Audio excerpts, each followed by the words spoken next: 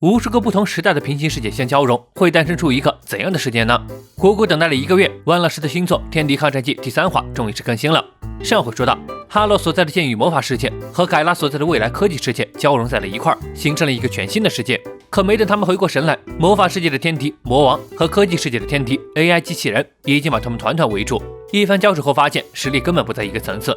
关键时刻，靠着哈洛激起了机器人和魔王干部的敌意，双方大打出手，他们才趁乱逃回了人类大本营。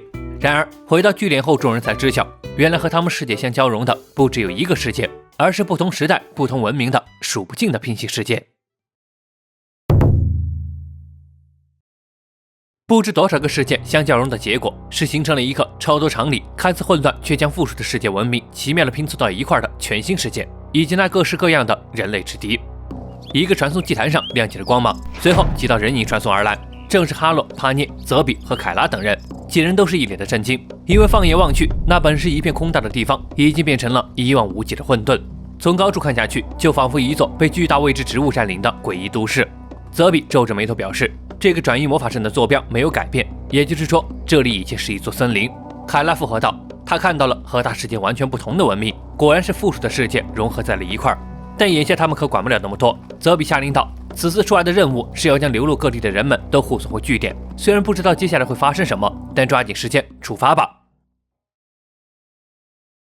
哈洛刚从昏迷中清醒，便被泽比告知，因为受到覆盖全球的召唤法阵影响，世界各地都出现了融合而来的异世界，并且无论哪个世界都和他们一样，人类正因为某种原因面临着灭亡的危机。据点空地上那奇装异服的人类，便是从各自世界逃亡而来的难民。听完解释后的哈洛还没从圣经中反应过来，身后便传来了凯拉的声音，向泽比表示他们已经准备好了。泽比即刻便下令，接下来他们将要用散布在世界各地的转移魔法阵救出其他难民，并表示让哈洛和帕涅留在这里帮忙。一听这话，哈洛就不同意了，表示他也要一块去。给一旁的帕涅是吓了一跳。泽比解释道，和魔王战斗后，哈洛已经遍体鳞伤，如今外面的世界没人知道有多危险，并且也不是什么事情都只能靠战斗来解决，在这里整理资源和照顾伤员也是需要帮忙的。帕涅是100个支持泽比，也在一旁劝解着哈洛，可哈洛仍是执意要一块去，因为他是勇者，是为了讨伐魔王而苦练到今天，战斗就是他的一切，所以就算留在这里也帮不上什么忙。泽比沉思片刻，叹了口气，那行吧，真拿你没办法。帕涅一块来吧，给我好好盯着哈洛，别让他乱来。给帕涅是气得半死，明明才从怪物手下回来，就又要出去了。为此，泽比也询问了凯拉的意见，凯拉表示赞同，因为他已经见识过哈洛的能力，就算负伤也是个不错的战力。于是就这样，他们小队启动了传送魔法阵，开始了拯救异世界难民的任务。他们过来了，大家小心！奔驰在街道上的泽比小队正被几道泥地里穿行的未知生物追赶着。破土而出后，竟像是变异狂化后的鼹鼠，就是这玩意儿。这几只体型都快赶上野猪了。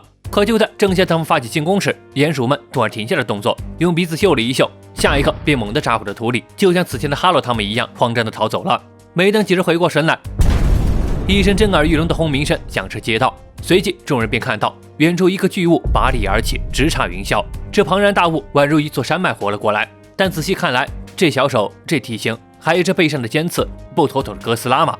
当然，看在哈洛几人眼里，似乎是大山在行走。这恐怖的场景吓得帕涅是一个劲儿招呼他们快回去了，这种地方根本不可能有人存活。然而话音刚落，就听哈洛指着前面表示，他似乎隐约看见那栋建筑后边有人影闪过，说不定就是幸存者。帕涅被当场打脸，场面一度有些尴尬。随后他们便跟着哈洛的指引追了过去，果然发现了异样。哈洛这愣头青直接就向人打招呼，帕涅还想阻止，已经是来不及了。看那个尺寸和毛发，似乎不太对劲吧。转过头来后，赫然是一张五官扭曲的大脸，嘴里正啃食着人类残躯。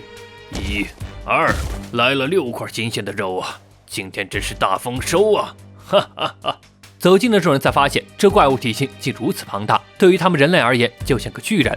看来他们毫不犹豫便扣走了扳机，可那轻松击溃魔物军的子弹打在巨人头上，直接就被弹开了，跟挠痒痒似的。激光弹没用，那干脆就用榴弹。可话音刚落，就被哈洛制止了，因为眼神好使的他又瞅见巨人身后不远处有母女3人正颤抖着望着他们。这一次真的是幸存者没错了，但抬头一看，巨人的拳头已经落了下来。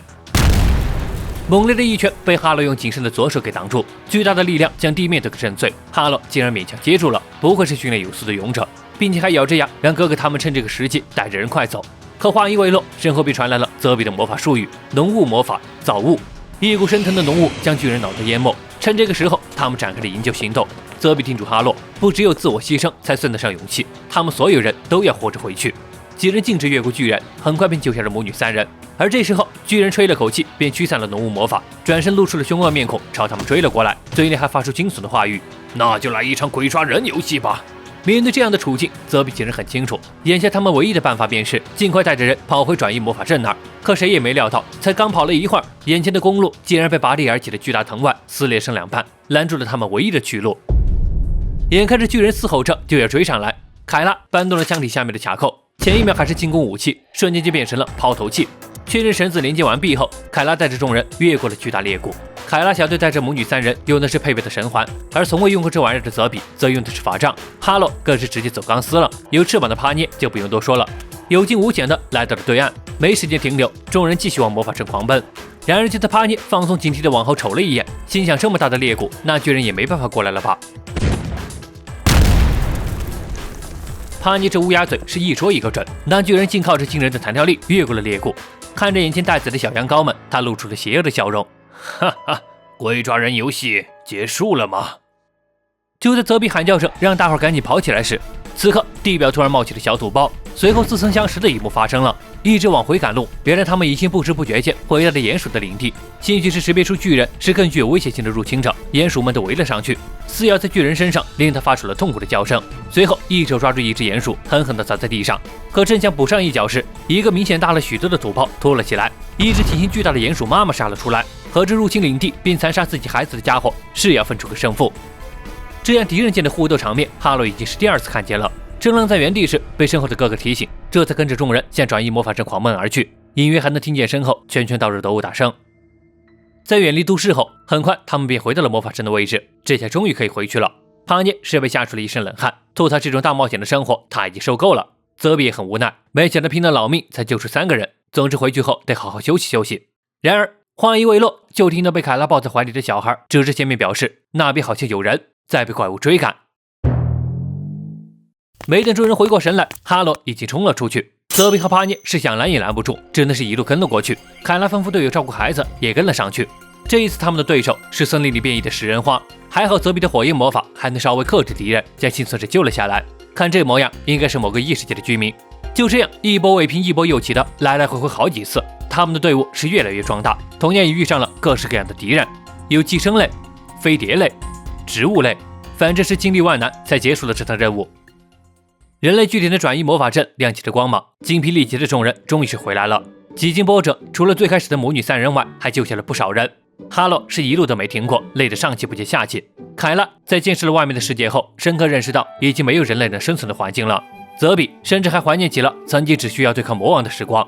帕涅已经瘫在地上没了动静。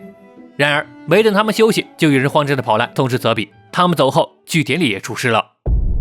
一间病房里，治疗术士正在给病患缓解痛苦，那张因痛苦而扭曲的脸，泽比都差点没认出那是他们的国王陛下。听解释说，不只是国王陛下，就在刚才，据点里突然倒下好几个人，已经将他们进行了隔离。但据治疗术士所说，他们从未见过这种症状，初步判断应该是来自其他世界的未知疾病。这下就不妙了，巨人怪兽类他们还能斗争一番，可这病魔类的就无从下手了。难道说人类最终还是逃不过被灭亡的命运吗？那股绝望感再次涌上哈罗心头。无论到哪里都是敌人，机器人、野兽、巨人，还都是些和魔族不相上下的强敌。一想到这里，就不得不感叹，真亏他们这些残兵败将能活着回来。就在这时，哈罗产生了一个奇妙的想法。而泽比在听说了病魔类敌人后，便通知把所有人都叫过来，决定和其他世界的人们共享情报，讨论今后的方针。很快，会议桌上摆满了各式各样的记录器具，以及围坐成一圈、服侍不易的异世界人类。虽然此刻聚集于此的人们历史和价值观等等都不同，但都是为了生存战斗至今。在这个混沌的世界里，人类如同蚂蚁，既然个人力量有限，那就集合全人类的力量，共同找出对抗这个绝望世界的方法。为此，一场决定着人类生死存亡的会议就此展开。好了，到这里就是《天敌抗战记》第3话的全部内容了。在看完第2话的情报展开后，剧情终于平稳地进入了主线。当然，这个平稳指的是相对前2话来说。从本话第1页就开始了梦幻般的世界构造，错综复杂的世界混杂成了一片混沌世界，看的人是眼睛都花了。不得不吹赞一波万老师的脑洞和金台长的作画，简直是画出了我童年梦里的场景。除了环境，当然还有各式各样充满想象力的天敌，小的野猪般大小的变异鼹鼠，大到山岳般直插云霄的哥斯拉。在展现出不同异世界风格的天敌同时，也进一步烘托出了人类的绝望境地，这就导致吊人胃口是做到了极致，先让你看看敌人是有多恐怖，人类根本就还不了手，下一话再给你来个惊天反转，但想看到下一话又得等1个月去了。不过在文中还是能找到一些对后文的伏笔，就是哈洛在看到巨人和鼹鼠妈妈的互殴后，回来就想到了什么，结合在上一话也展现出了敌人间的争斗，似乎在有意无意的告诉你，故事发展就不是人类和这些不可能战胜的怪物打，而是让他们自个儿打。毕竟人类又不是靠蛮力解决问题，而是用脑子、用智慧。既然名为天敌，那就是与生俱来不可战胜的敌人，打不过天敌，那就给天敌们带来新的天敌，让敌人也成为受害者，那不就省事多了？就像文中泽比向哈洛说的，并不是什么事情都只能靠战斗解决。再聊聊本话最后的人类会议，如果猜的没错，下一话就开始人类方向或情报，更为详细的将各自事件和天敌的信息展现出来，中途再给哈洛插上一嘴，作战方案这不就出来了吗？要是故事发展真如预料中一样，那就先来期待一下哥斯拉和同等级别的对手打一场，那场面想想都刺激。好了，那么喜欢该系列的别忘了关注和订阅哦，这里有最新的天敌抗战期更新消息。那么本期视频到这就结束了，我是麒麟，我们下期见。